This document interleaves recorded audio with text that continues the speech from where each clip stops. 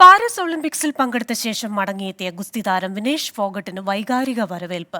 ഡൽഹി വിമാനത്താവളത്തിൽ വിനേഷിനെ സ്വീകരിക്കാൻ സാക്ഷി മാലിക്, ബജ്രംഗ് പൂനിയ തുടങ്ങിയ ഗുസ്തി താരങ്ങളും ആരാധകരും ഹരിയാനയിൽ നിന്ന് നാട്ടുകാരും എത്തിയിരുന്നു. ഇവർക്ക് മുന്നിൽ വിനേഷ് ഫോഗട്ട് വിങ്ങിപ്പൊട്ടി.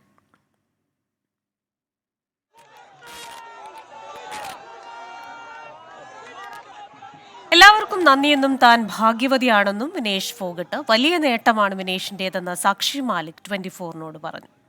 बहुत बढ़िया जो विनेश ने काम किया है वो बहुत कम लड़कियां कर पाती हैं और इसको जितना मान सम्मान प्यार दोगे उतना ही अच्छा रहेगा. നിരവധി വാഹനങ്ങളുടെ അകമ്പടിയോടെ തുറന്ന വാഹനത്തിലാണ് വിനേഷിനെ വിമാനത്താവളത്തിൽ നിന്ന് പുറത്തേക്ക് കൊണ്ടുപോയത്. വിവരങ്ങളുമായി ഡൽഹിയിൽ നിന്ന് ചേരുന്നത് ആർ അച്യുതനാണ്. അച്യുതൻ, വന്നിറങ്ങിയപ്പോഴാണ് പൊട്ടിയ ദുഃഖം. അതിനുശേഷം സുഹൃത്തുക്കളുടേതടക്കമുള്ള വൈകാരികമായ ഒരു വരവേൽപ്പ് അവർ സമാശ്വസിപ്പിക്കുന്നു. ഒടുവിൽ ധൈര്യവതിയായ വിനേഷ് ഫോഗട്ടിനെ വീണ്ടും നമ്മൾ കാണുന്നു. എങ്ങനെയായിരുന്നു ഈ വരവേൽപ്പ്?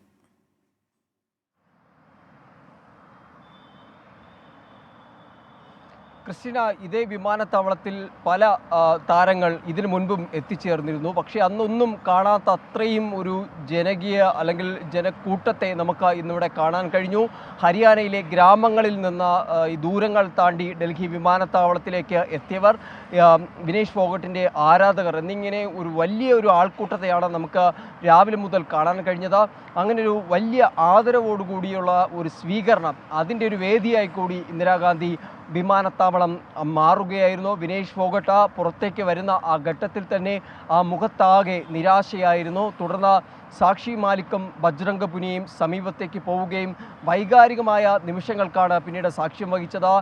സാക്ഷി മാലിക്കും അതുപോലെ വിനേഷ് ഫോഗട്ടും ഇരുവരും കെട്ടിപ്പിടിച്ച കരയുന്ന ഒരു നിമിഷമാണ് ഉണ്ടായത്. അതിനുശേഷമാണ് ഈ തുറന്ന വാഹനത്തിലേക്ക് വിനേഷ് ഫോഗട്ട് കയറുന്നത്. ആ നിമിഷം തന്നെ പല ദിക്കിൽ നിന്നും ആളുകൾ ഈ വാഹനത്തിനടുത്തേക്ക് ഓടി വന്ന പുഷ്പഹാരം അണിയിക്കുകയും നോട്ടുമാലകൾ അണിയിച്ചുമാണ് വിനേഷ് ഫോഗട്ടിനെ സ്വീകരിച്ചത്.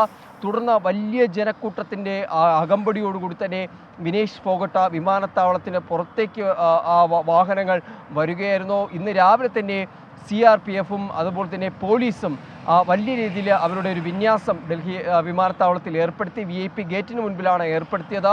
അവരുടെ എല്ലാം അകമ്പടിയോടുകൂടിയാണ് പുറത്തേക്ക് വരുന്നത്. ഈ അയോഗ്യത ഉണ്ടായതിന് തൊട്ടു പിന്നാലെ അല്ലെങ്കിൽ ഒരു ചിരി പടർന്ന ഒരു മുഖം, അല്ലെങ്കിൽ അതൊരിക്കലും നമുക്ക് വിനേഷ് ഫോഗട്ടിൻ്റേത് കാണാൻ കഴിഞ്ഞിട്ടില്ല. അതിനെല്ലാം ശേഷം മടങ്ങി ഇന്ത്യയിലേക്ക് എത്തുമ്പോൾ ഏറെ വൈകാരികമായാണ് വിനേഷ് ഫോഗട്ട് നമുക്ക് കാണാൻ കഴിഞ്ഞത്.